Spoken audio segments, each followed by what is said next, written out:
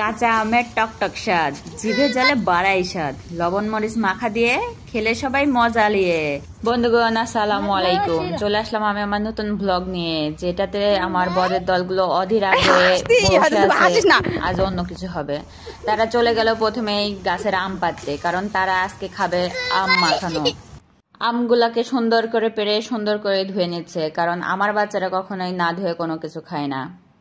বাইরে প্রচন্ড গরম, সাথে কাঁচা আমের সিজন, এই সুযোগ তারা কখনোই কোনোভাবেই মিস করবে না। তাই প্রায় প্রতিদিনই হয়ে যায় আমাদের কোনো না কোনো ধরনের আম রেসিপি।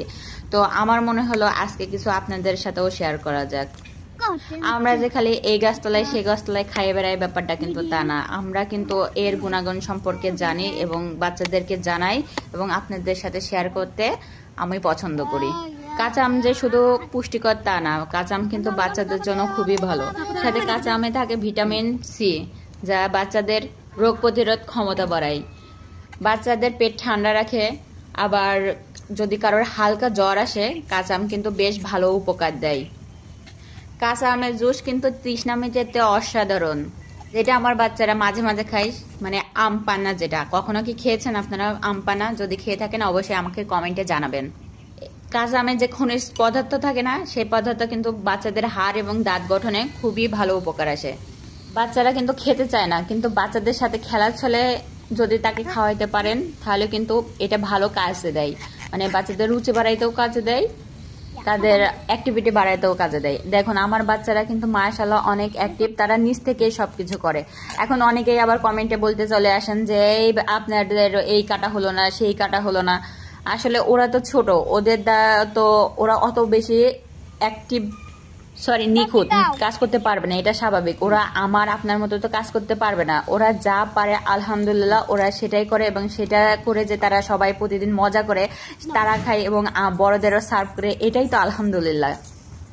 আপনারা কিন্তু এই রেসিপিটা ট্রাই করতে পারেন, খুবই সহজ। কাঁচা আম, মরিচ, লবণ, ওরা একটু আমটা একটু বেশি টক ছিল বলে একটু চিনি দিয়েছে, আর খাঁটি সরিষার তেল, ব্যাস, আর কিচ্ছু না।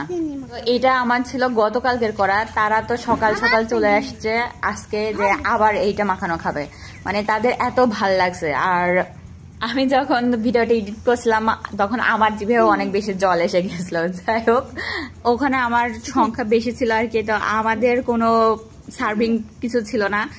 আমরা ন্যাচারাল মানুষ, গ্রামের মানুষ, এই কচু পাতাতেই আমারে হয়ে যায়, তো কচু পাতাই আমরা খাই ফেলাইছি।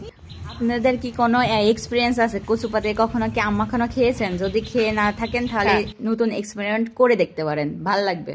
রেসিপিটা কেমন হয়েছে ওদের থেকেই শুনুন। মজা?